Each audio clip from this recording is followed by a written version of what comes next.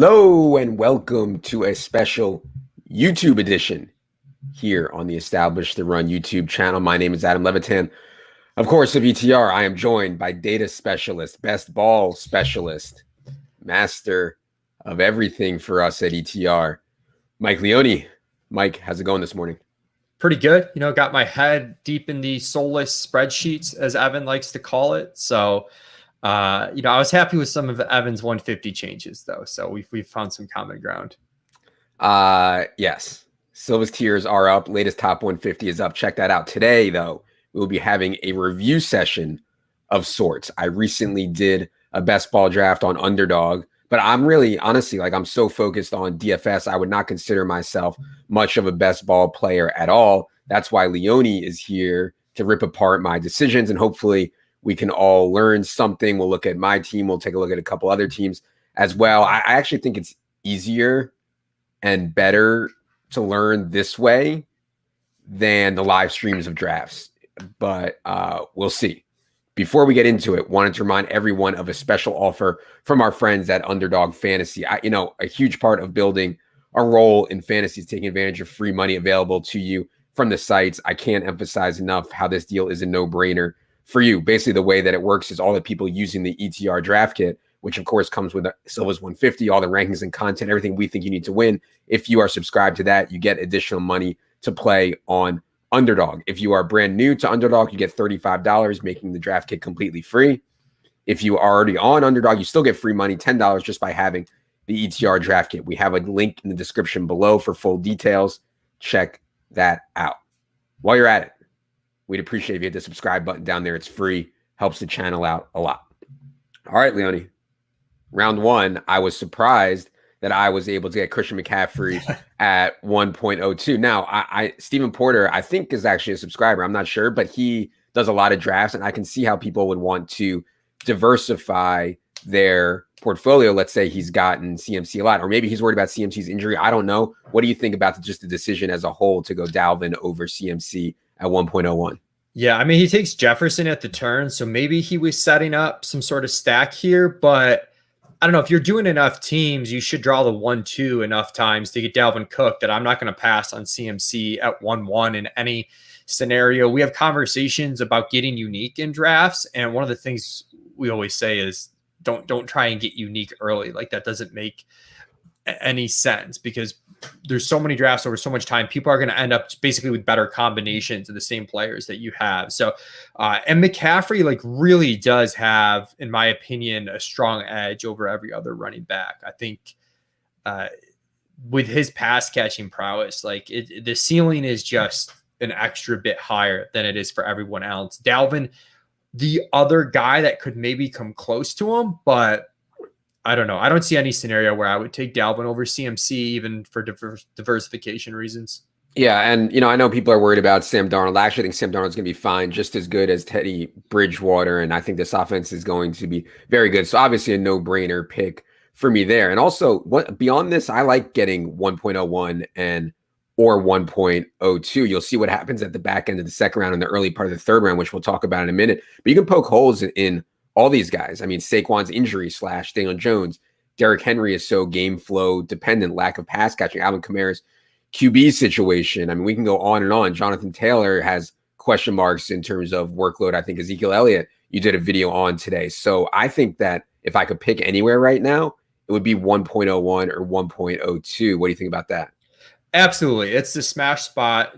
Dalvin and McCaffrey don't have those question marks that you mentioned. I did tweet out the Zeke video about how Zeke has a wide range of outcomes, and Rich Hribar responded, it's kind of interesting that first round, you just listed a bunch of guys at him. They all have high ceilings, but somewhat questionable floors. You could see where things go wrong for them. So, and as you said, you'll see how it turns out. When you get to the 1-2 turn here, maybe I'm jumping, or the 2-3 turn, maybe I'm jumping ahead, but the ability to start with just the absolute stud running back and then generally have one of the two elite tight ends available to you is a really, massive edge. And I think you had a pretty sharp turn here. Yeah. Okay. I did want to look at a team here, Team 10. Can you scroll over to Team 10, the team that started with Tyreek? So what a lot of people are saying is that in these underdog drafts, people are getting sharper. They're going extremely running back heavy, which is something that we like in the early rounds. Way to zag off that, if we want to zag when everybody else is zigging, would be wide receiver heavy. You can get yourself into a lot of trouble, but you are extremely unique. Now, the reason that I think that this doesn't make the most sense is because in best ball, we don't have to pick which wide receivers are going to go off on a given week. The computer will do that for us, whoever performs the best. We know that wide receivers have an extremely wide range of outcomes. So the guys we take in rounds 9, 13, 14, I mean, wide receivers can pop off at any time for 100 yards and a TD. That doesn't happen at the running back position as often. Now, if you start like this, Tyreek, AJ Brown, you don't have to continue wide receiver, wide receiver, wide receiver. But what do you think about how this team went? And how do you think about starting wide receiver in these? I've done something similar when I'm in this range here. If I miss out on Zeke as sort of the last running back, I do like Mixon and Eckler, but a lot of teams are doing the hyper fragile approach. You know, they just draft 4 running backs and be done. And I hate doing that out of the 10 spot where, you know, you're just going to have a better build than me, Levitan, at the 102. We're going to have the same type of build. You're going to have a better tight end. You're going to have a better running back to start and probably similar RB2. So I do like to switch it up. And I think this team pulled it off in the correct fashion. If you're going to do this, he gets 5 receivers out of the gate, ends up with 7 receivers total, which generally we like to have a bunch of receivers. But if you're going to maximize taking them early, you can stop at 7. The win rates on this were surprisingly good last year. I didn't do this much last year for the reasons you stated. And then he's got a nice mix of running backs. You know, he's got Damian Harris, like, you know, 2 down back that gives you some touchdown upside. Fournette's going to, you know, just a bet on role in the offense. You get like JD McKissick, which just pure pass catcher, gives you a little bit of floor. Darrell Henderson's the high upside handcuff with like absolutely no floor. And then he mixes it up again. You know, Tariq Cohen, floor back with pass catching. Tevin Coleman taking a shot on ambiguous backfield. I think he pulled it off pretty well. I'm okay with this strategy, especially, you know, the way the landscape is right now. Yeah, I mean, it's definitely contrarian. Like, he's going to be one of the only ones that started 5 wide receivers. It's not like DFS contrarian where ownership percentage matters. I mean, more contrarian in that he is not fragile to some of these, all these hyper fragile running back teams that people are running out 4 and 5 running back teams. If there's a major run on running back injuries this year, he's going to be looking pretty good. I also think, you know, low key, it sort of stresses the wide receiver position. So if you've got, you know, 8 people in the draft that are going to do 4 running backs and take a ton of wide receivers later, well, this guy stressed the wide receiver position, which you'll see kind of in your draft, Adam, like your end of draft receivers didn't turn out, you know, super great. You're a little weak there. And someone doing this stresses that. And then on the flip side, like the 0 RB candidates, you know, he's not competing with anybody else for those, right? Like if teams are stopping at 4 running backs, like he has his pick after round 10 of kind of where he wants to go. Yeah, good point. Okay. When it got to me in round 2, I actually think that if Antonio Gibson or Najee Harris were there, I would have taken them to start RB. I'm curious what you think of that before we get to the Ridley pick. Yeah, I am basically with you here. If those guys were there, I would have gone RB. I think you were sharp to wait on the tight end because both Kittle and Waller were there, and you sort of, you know, the guy at one's probably not taking Waller and Kittle. So I would have gone running back or wide receiver. I have like one draft, I did RB times 3 out of the gate, and I stopped at literally 3 running backs. I didn't go any further. And I think it was McCaffrey, Gibson, and, you know, maybe one of my lone J.K. Dobbins shares. But that's basically the cutoff is Najee and Gibson. Even Swift, I'm starting to get a little antsy on.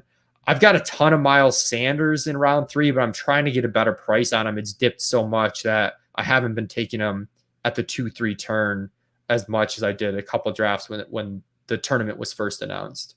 By the way, you can upload our rankings, our underdog rankings onto Underdog. And when I was on the clock here, we did have both Justin Jefferson and DK Metcalf ahead of Calvin Ridley in our rankings. I made the executive decision to go Calvin Ridley here, baking in the likelihood that Julio Jones is going to be gone. I think from a projection basis that we'll have Ridley above Metcalf and Jefferson if Julio is indeed traded. I don't know what you think of that, Leone. Do you think Ridley ends up above these guys just in raw projection for season long? And by the way, I don't think season long projection is nearly as impactful as week to week for DFS, but that was just a point I wanted to make. Yeah, and actually with an updated projection and Silva's updated 150, we do have Ridley ahead of those two right now. Okay. So you were, Levitan the sharp ahead of the curve on that one. Yeah, IKB. And with Ridley too, like with AJ Brown, I know he could get a huge target share. With DK Metcalf, like it's huge efficiency with Russ, but Ridley really has the chance to be huge target share on a team that just throws a ton. Like there's more pass volume upside in the Atlanta offense than there is in the Seattle and Tennessee offense. Or I'm sorry, I was talking to AJ Brown, but Justin Jefferson's kind of similar with Minnesota. Like you're not going to get a huge passing output from the team as a whole. So I think the ceiling is like inches a little higher on someone like Ridley, where you could theoretically get the best of all three: target share, team pass volume, and efficiency. I mean, one thing about Calvin Ridley, to combine his target share with his ADOT is just so outrageous. Like he's seeing the ball deep down the field, and he's also seeing a huge share of the targets, which we expect to go up with Julio Jones, possibly, likely gone. Okay. Gets to me in round 3, and I was happy to see J.K. Dobbins go at the turn. He was not someone that I was interested in whatsoever. I had my pick between Waller and Kittle. And the reason I wanted to go tight end here is for I only want to take 2 of them in this draft. It frees me up another roster spot, and I get such a big edge over everybody who doesn't have Kittle and Kelsey at the tight end position. It's like such a big cliff, right? So in theory, a 6th or 7th or 8th round wide receiver or quarterback or running back can outperform the top guys. At tight end, it's just so unlikely at the position that's one of those guys deep down there is going to outperform Kelsey, Waller, Kittle. So I wanted tight end here. I went back and forth in the micro between Waller and Kittle. I honestly don't have a strong opinion. I do think that Waller has a chance, is likelier to see significantly more targets this season, 20, 25, maybe 30 more targets for Darren Waller this season over George Kittle. But what do you think about the decision to take tight end here? And how would you play the Waller versus Kittle stuff? Yeah, taking a tight end here is absolute slam dunk in my mind. The running backs drop off, as we already talked about, with the hyper fragile approach. And this is just the edge of picking at the beginning of drafts. I mean, if this was balanced as competitively as possible, I think these would be 3-round reversal drafts, but it's hard to do that with the masses. So no brainer, in my opinion, to take Waller or Kittle here. As far as it's interesting, I'm with you. I don't have like a strong take between the two, but they're very different bets, even though they're ranked similarly. Waller is the just pure volume bet. You're likely to get a ton of targets. And Kittle's floor is a little scary from that standpoint. But Kittle is the bet on this guy's just awesome. He's going to see a lot of efficiency. He's in an offense that I know you tweeted about the schedule's really soft. They can take advantage of that. They maybe take a step forward with Trey Lance, and they could just put up a ton of points. Yeah. So, and with half PPR, it balances it out a little bit. If this was FFPC tight end premium, I do start to lean heavier towards Waller with the receptions, but in half PPR, I think it's a toss up really. Yeah, for the non-virgins out there, when Leone says tight end premium, he means 1.5 points for a tight end reception. I want to scroll over to AM Carter's team for a second here, and he was obviously building a Chief stack. Starts Kelsey, CEH, Mahomes. He obviously went in with the idea to do this, or maybe he decided to do it after he got Kelsey. He also added Pringle and Powell with his last 2 picks. And this is something we talked about with Herzig is, do you want to reach? How much do you want to reach to create stacks? And so I think it's an interesting question here with his team. Did he reach too much on CEH? Did he reach too much on Mahomes to make this work? I think that these guys' ADP is later. I certainly wouldn't take CEH there. I wouldn't take Mahomes that early. Did he reach too much here and give up too much to complete a Chiefs stack? Yeah, I think he gave up too much. And this is where you really have to understand how the format works. I mean, first of all, you wouldn't do this in a traditional 12-team best ball league. And our strategies don't differ as much as you would think from a traditional league to the tournament league, because the edge, I say this constantly, is just getting there. And then when you get to the playoff weeks, it's not 1 week of a DFS tournament where like Kansas City goes nuclear and you ship it. It is 3 sort of uncorrelated weeks. Like they restart each time. And You've devoted so much draft capital in this Kansas City stack. You've taken Kelsey ahead of ADP. You've taken CH ahead of ADP. You've taken Mahomes ahead of ADP in a spot where it's really tough to justify taking a quarterback. Tons of opportunity cost.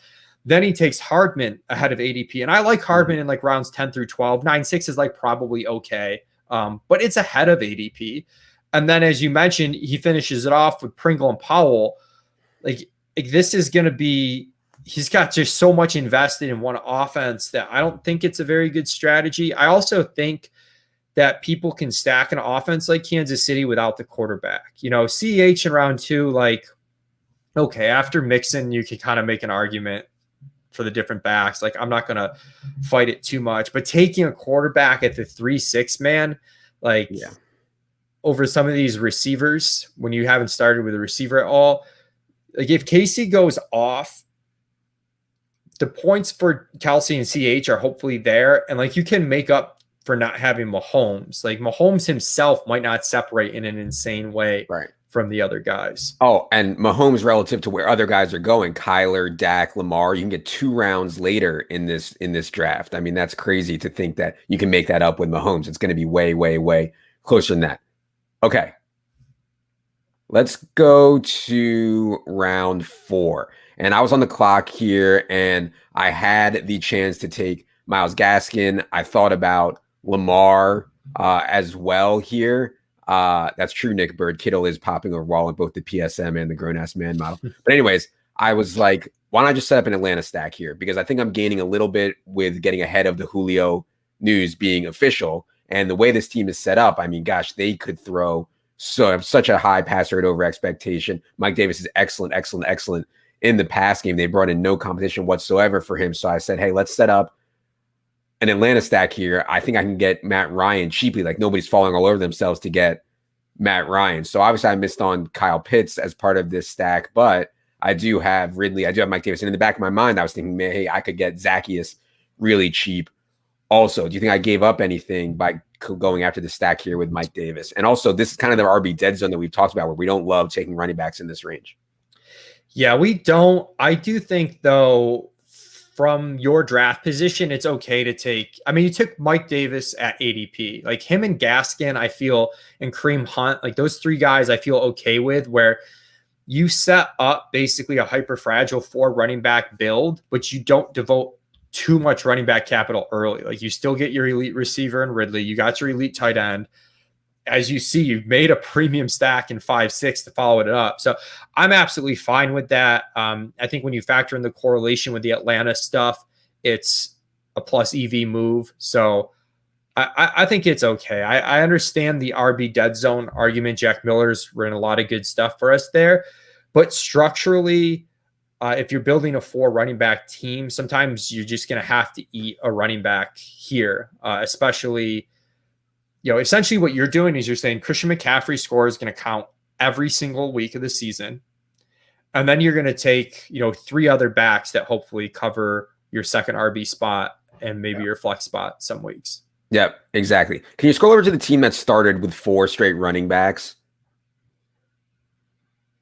Yeah, there it is. The kid 1101. And so this is an example of the hyper fragile. Take 4 running backs with your first 4 picks. Don't take another one for the entirety of the draft. And what you can see here is I don't love Galladay. I don't love Juju. I do like Odell a lot. I know you've talked about that. But like what you can see here is that you can get wide receivers in these later rounds. What do you think about this team that started running back, running back, running back, running back?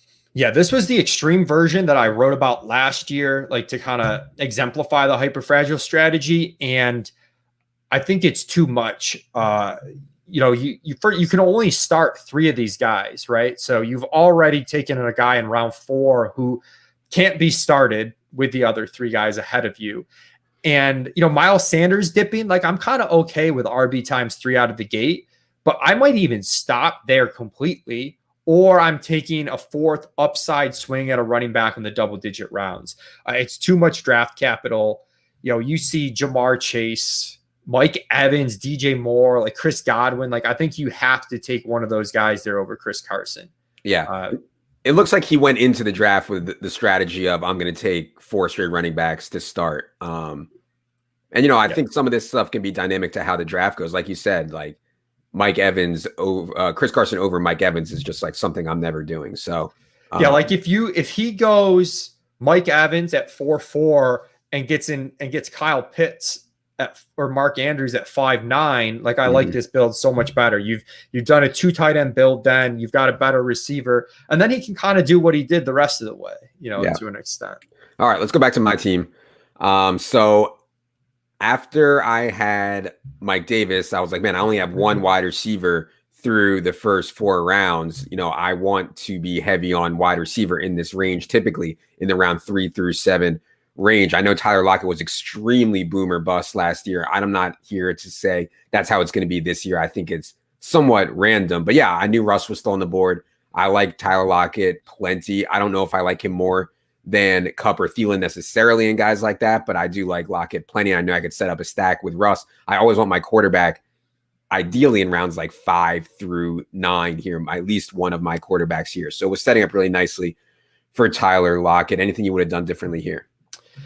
Nope, I like Lockett. You took 2 receivers with Robbie as well, where, Metcalf and Lockett scored the same amount of points last year. Obviously we prefer Metcalf, but it's a 2-round gap and you got the cheaper one. Robbie Anderson, DJ Moore scored the same amount of points last year. It's a 2.5-round gap. You took the cheaper one. So I think that makes sense. Someone did note, are we worried about Atlanta signing a running back before the season starts? I think Atlanta's pretty much told us that they don't really care too much, and it's going to be Mike Davis. But I don't know. Maybe I'm over optimistic there. I'm assuming you feel pretty good about Davis, though, not to rehash that one too much. Have you seen his thighs? No, I mean, I think Mike Davis has been a really good player, an underrated player in a ton of different advanced stats. And yeah, I mean, who are they going to sign? Like Gurley or Le'Veon Bell? Like, I don't think that those guys are going to have as big an impact. And really all it's important to me is Mike Davis is the one who's out there catching passes. Like, I think he could catch 60, 70 balls for Atlanta this year. Okay. So gets to me back at 6. And I could have taken Jalen Hurts. There were other quarterbacks on the board. I knew that I eventually needed Matt Ryan. I did not want to take Matt Ryan here, obviously. I mean, when they let Russ cook, he has the ceiling to be the QB1. So I was happy to get him here at 6'11". Like, I don't like Patrick Mahomes is incredible in a best ball format. Things break right. There's just no way that Patrick Mahomes is 3 rounds better, 3.5 rounds better than Russell Wilson. So I was actually happy with this. In redraft, though, I would not take a quarterback this early, I don't think. What do you think about Russ here? I think it's great. You complete a premium stack at ADP. It's not easy to do that early, and I think it's a really strong pick. I think one of the advantages of taking, kind of that anchor RB, but only taking like a few running backs total is that you have chances at building from the elite onesie positions. You got an elite tight end, you got an elite quarterback without like really hurting your running back wide receiver value too much. So I think Russ was an excellent pick there. And then you come back with Robbie Anderson, and obviously you need to start hitting wide receiver. Yeah. Even though you've taken 2 good ones, like you really need to start hitting receiver if you've gone, you've just spent a lot of draft capital on non-wide receivers through the first 6 rounds.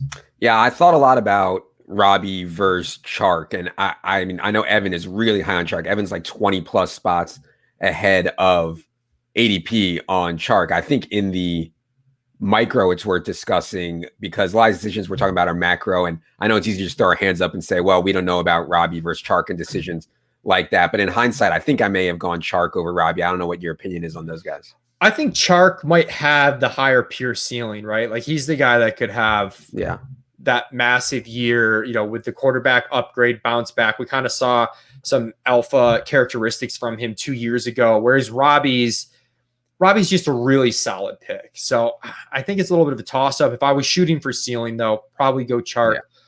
Someone did know I said the skill is making the playoffs in the Best Ball Mania tournament, but the hyper fragile strategy is the opposite of that. I disagree completely. The win rates on the hyper fragile strategy, just like in a regular 12-team league, are really good.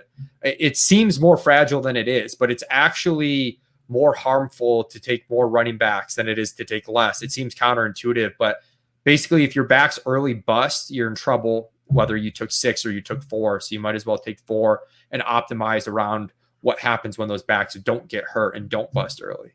All right, so you can see how this team is shaping up here. I'm pretty strong at quarterback. I'm pretty strong at tight end. My running back situation is okay, but you can tell, I mean, my wide receiver situation is not good. So maybe I should have addressed wide receiver more here after the Robbie pick, but I kind of like I didn't want to get into a spot where I feel better about my late round dart throws at wide receiver than I do my late round dart throws at running back. And maybe that's not great. And by the way, Jack Miller just published an article for us about which late round running backs he thinks have high upside. I struggle with finding high upside running backs in rounds 12, 13, 14, 15 plus. Maybe I'm not thinking about it right, though. So I said, hey, I'm going to go and address running back right now. I think Tony Pollard has standalone value plus RB1 upside if Zeke were to go down.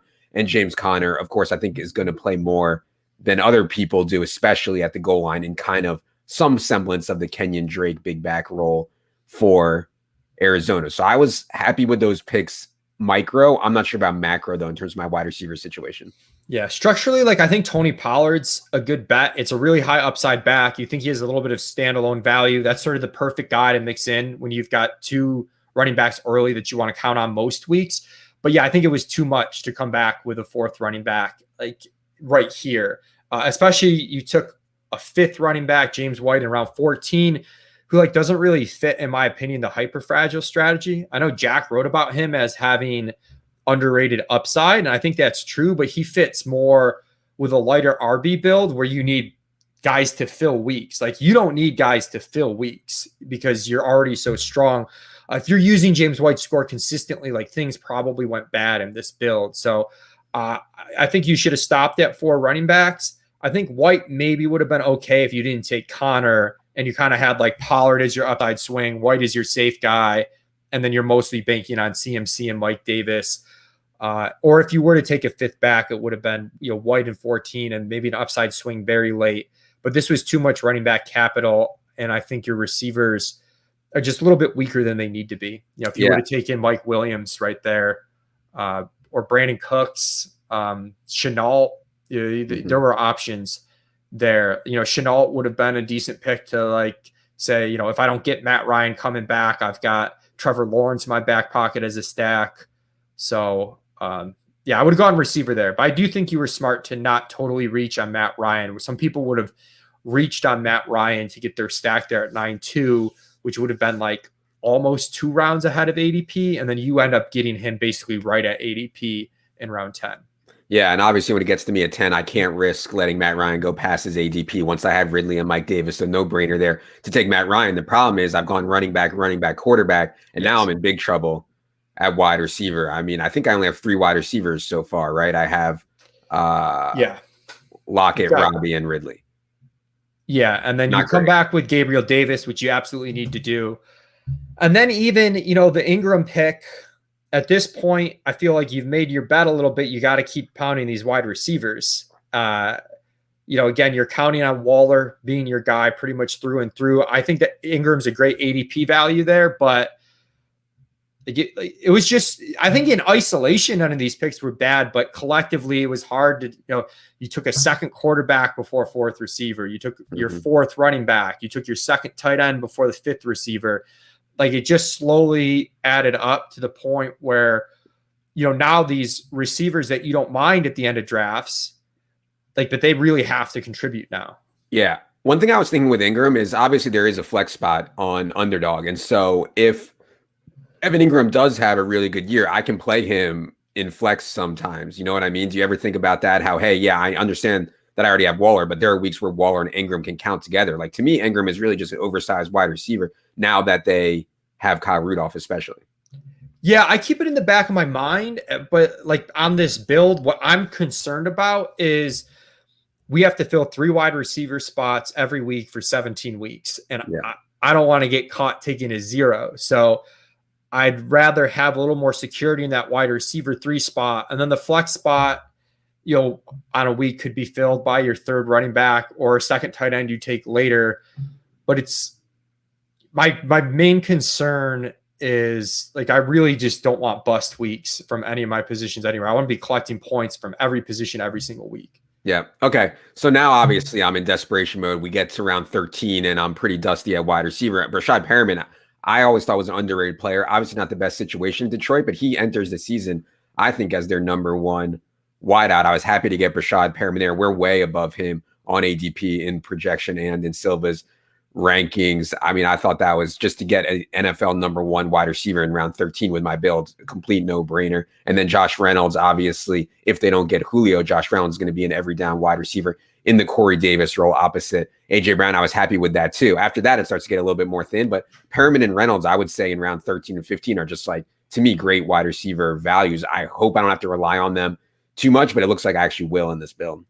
Yeah, I think those were very sharp picks, especially for your build where you know you're a little fragile at wide receiver. You want guys that are coming into immediate target shares. Like, you know, you're going to have your dart throws late.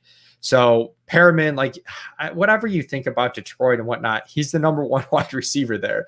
And the Reynolds, same thing in Tennessee. Yeah, it's going to be the AJ Brown show, but you know, Reynolds was okay in spots for the Rams, and he's the number two. They have nobody. You know, they lost so many guys. Reynolds is, you know, one of the few guys they brought in. So I think those picks structurally made sense, you know, for your wide receiver crew. I don't get your James White pick here, though, with already at 4 running backs. What's the deal with James White when you've already got 4 backs? So I had 4 backs, but I didn't think that I spent enough draft capital to only go with 4. Maybe that was a mistake, but, you know, I only had round 1, round 4, and then where are my other running back? 8, 9. 8, 9. If I would have gone round 1, round 4, round 5, round 7, then I definitely would have stopped at 4. With 8, 9, 1, 4, I thought maybe I should have 5. Yeah, I think maybe for a regular league this is one of those where I would make a slight differentiation between the regular leagues and the Best Ball Mania tournament, where I just kind of want to count on my running backs hitting early and only taking 4. I don't know how much a guy like James White moves the needle there for you. Or if you were going to take 5, again, I would have eliminated James Conner, and I would have done like James White in round 14 and then, you know, Tevin Coleman or someone in around 17. I don't think you needed like the upgrade from Conner to Coleman or something like that when you've already structured your stuff like that. I don't think is worth just being so shaky at your wide receiver 5+. Yeah. So a lot of teams in this draft only took 4 or 5 running backs. And like what we mentioned before is that leaves a lot of 0 running back candidates a good price for people who started wide receiver heavy. So go back to the team that started wide receiver, the AJ Brown Tyreek team, and let's see what he ended up with at running back. Yeah, he gets Darrell Henderson, someone we like a lot, above ADP at 12.3. You can see he had Latavius Murray as an option. McKissick, you know, kind of boring, but pure pass catcher. There's a few spots. McKissick's another one where guys, I feel like in past years, the fantasy community would be overdrafting them based on last year's production. And now we've gotten to a point where we're almost completely ignoring last year's production. And McKissick's one of those guys where, like, what he did last year is like not baked into his cost at all. So he's like actually not overvalued. And then Tariq Cohen in 15. I'm a little shaky on Cohen just because what Montgomery showed us without him coming back from injury, the Damian Williams signing. But I loved Tariq Cohen last year in 0 RB builds is like around 9 guys. So if you think he's entering the same role he would have last year before the injury, that's good. And like you see with your tough time at receiver, if everyone's doing 4 RBs, which I think you should have from your spot, but you do see where it gets tough at the end at receiver when literally everyone's trying to do the same thing. I mean, the board's just littered with receivers, and then we've got this one team that's just completely done with the receiver. Right. How many running backs did he end up with? I think he had 6. So Coleman, Cohen, McKissick, Henderson, Fournette, Harris, 6. And someone asked me how many running backs, you know, take if going 0 RB, and it's usually 6. If I take like a Kareem Hunt, like kind of early, I might go 5. If I wait a really long time, like later than he did, I might go 7, but 6 is usually where I'm going with these like really heavy receiver builds early. All right. So you can see on my last couple picks, I'm just totally flailing away, hoping to hit something. Slayton, Hamler, Zacchaeus, obviously Zacchaeus part of the Matt Ryan build, playing under the assumption that Julio Jones is gone. I mean, I'm just hoping to get some bounce weeks from them. I know that Herzig used KJ Hamler plenty last year on his way to the title, and he talked about that. You just never know which wide receiver is going to pop up late in the season. I thought all three of these guys at least have shots given the right opportunity at 100-yard games. So, obviously don't love any of them, but I needed wide receiver. I needed it badly. So that's just the way it rounded out. Yeah, and I like taking Zacchaeus. You get the stack, you get the Julio trade upside, which you're banking on already. You get a guy that's not getting drafted a lot. Like, that's the way to get unique.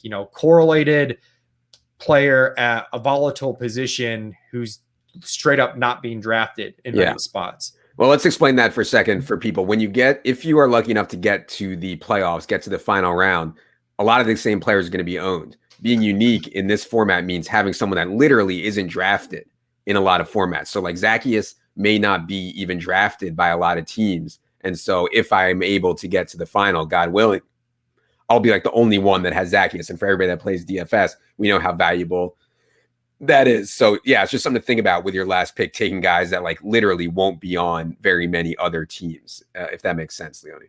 Yep. And the hit rates are so low at receiver anyways, that's the position to do it at pretty much. Yeah. Okay.